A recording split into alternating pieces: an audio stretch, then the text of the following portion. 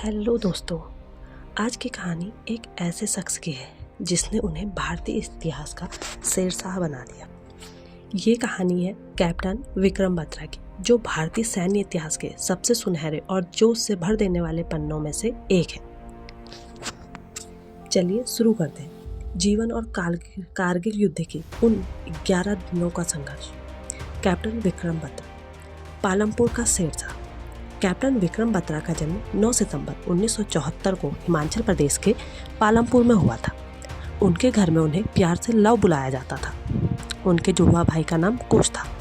बचपन से ही वो खेल कूद और पढ़ाई में अव्वल थे, लेकिन उनके दिल में हमेशा से फौज के लिए एक अलग ही जुनून था। जब करोड़ों का ऑफर ठुकरा दिया, विक्रम बत्रा का चयन मर्चेंट नेवी के लिए हो गया था, जहां उन्हें बहुत भारी वेतन मिलने वाली थी। उनकी ड्रेस भी तैयार थी, लेकिन ऐन वक्त में उन्होंने अपने माता पिता से कहा, पैसा ही सब कुछ नहीं होता, मुझे देश के लिए कुछ ऐसा करना है कि दुनिया मुझे याद रखे। 1996 में उन्होंने देहरादून की भारतीय सैन्य अकादमी IMA ज्वाइन की और 1997 में वो 13 जम्मू कश्मीर राइफल में लेफ्टिनेंट के रूप में कमीशन हुए।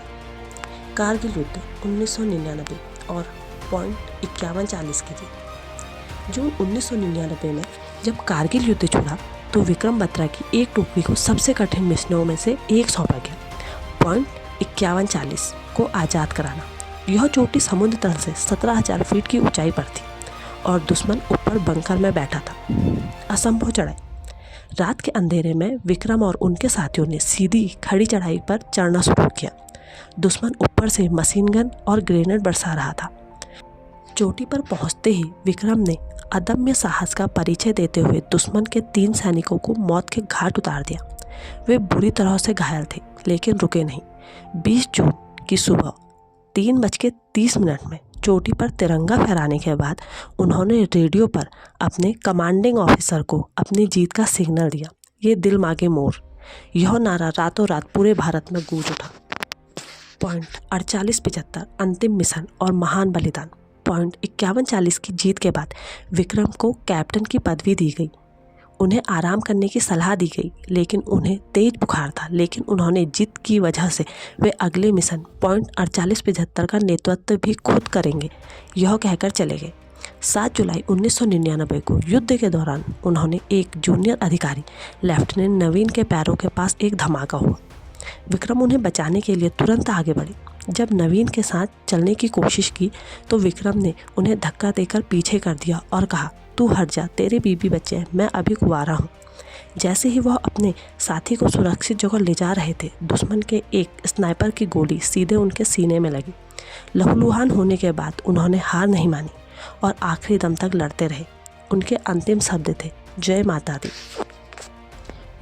वह वीर की कहानी थी जिसने मरते दम तक लड़ा। उनके सम्मान और विरासत। कैप्टन विक्रम बत्रा को मरणोपरांत भारत को सर्वोच्च सैन्य सम्मान परमवीर चक्र से सम्मानित किया गया।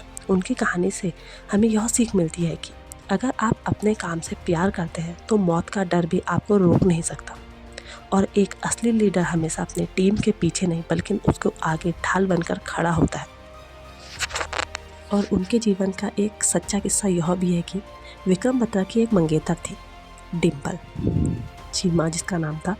विक्रम की शहादत के बाद उन्होंने कभी शादी नहीं की और आज भी वह उनकी यादों के साथ अपना जीवन व्यतीत कर रही हैं। यह उनके प्यार और समर्पण के लिए एक मिसाल है। अगर आपको ये कहानी अच्छी लगी और पसंद आई तो ये कहानी के लिए लाइक शेयर कमेंट कीजिए और चैनल को सब्सक्राइब करें। Thank you.